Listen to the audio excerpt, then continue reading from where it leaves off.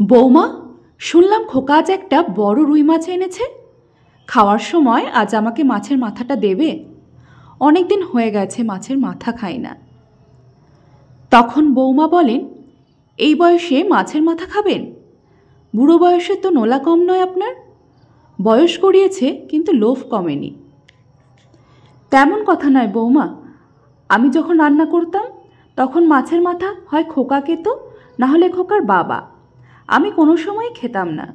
এখন বয়স হয়েছে তো, তাই লোভটাও একটু বেড়েছে। তাই রুই মাছটা দেখে মাছের মাথা খাওয়ার খুব ইচ্ছে হচ্ছে আজ। বৌমা তখন রাগান্বিত হয়ে বললেন, আপনি এখন এখান থেকে যান তো। খাওয়ার সময় যেইটা দেব সেইটাই খেয়ে নেবেন।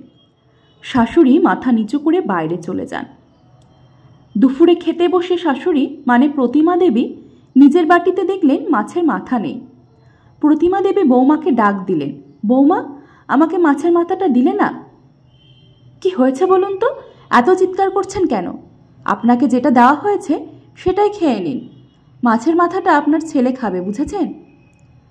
প্রদীপবাবু চিৎকার শুনে রান্নাঘরে গেলেন। প্রদীপবাবু হলেন প্রতিমা দেবীর ছেলে। কি হয়েছে মা? প্রদীপবাবুর স্ত্রী তখন মেজাজ দেখিয়ে বলেন, কিছু হয়নি, তুমি এখান থেকে যাও তো। কি হয়েছে আমাকে বলবে?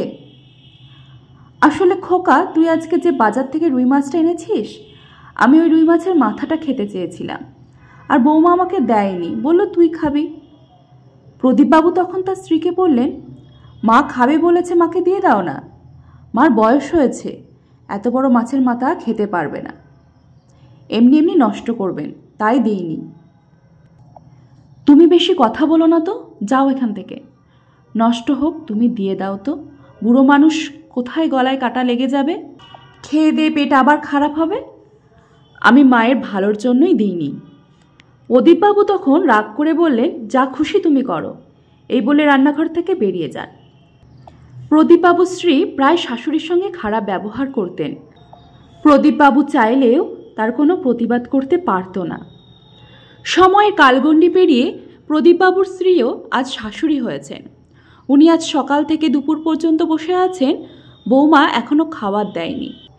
কিছুক্ষণ পরে বৌমা খাবার নিয়ে এলো, আলু মাখা আর ডাল। আমি রোজ রোজ আলু মাখা আর ডাল দিয়ে খেতে পারি না বৌমা। খোকা দেখলাম আজ মাছ নিয়ে এসেছে, আমাকে এক টুকরো মাছ দাও না গো বৌমা। মাছ যে নিয়ে এসেছে এটাও আপনার দেখা হয়ে গেছে, কিন্তু মাছ তো নেই, এক পিস মাছ আছে, ওটা আপনার ছেলে খাবে, আপনি বরং অন্য কোনো দিন পরে খাবেন। এই দিয়ে খেয়ে আমাকে উদ্ধার করুন, এই বলে বৌমা চলে যায়। তখন মনে মনে ভাবেন, আমিও একসময় আমার শাশুড়িকে মাছের মাথা খেতে দিইনি। ভগবান বোধ হয় তারই প্রতিশোধ নিচ্ছেন, দিয়ে অঝরে কান্না করতে থাকেন। আসলে আমরা ভুলে যাই, আমরা যেভাবে কর্ম করব আমাদেরও কর্মফল সেই রকমই হবে।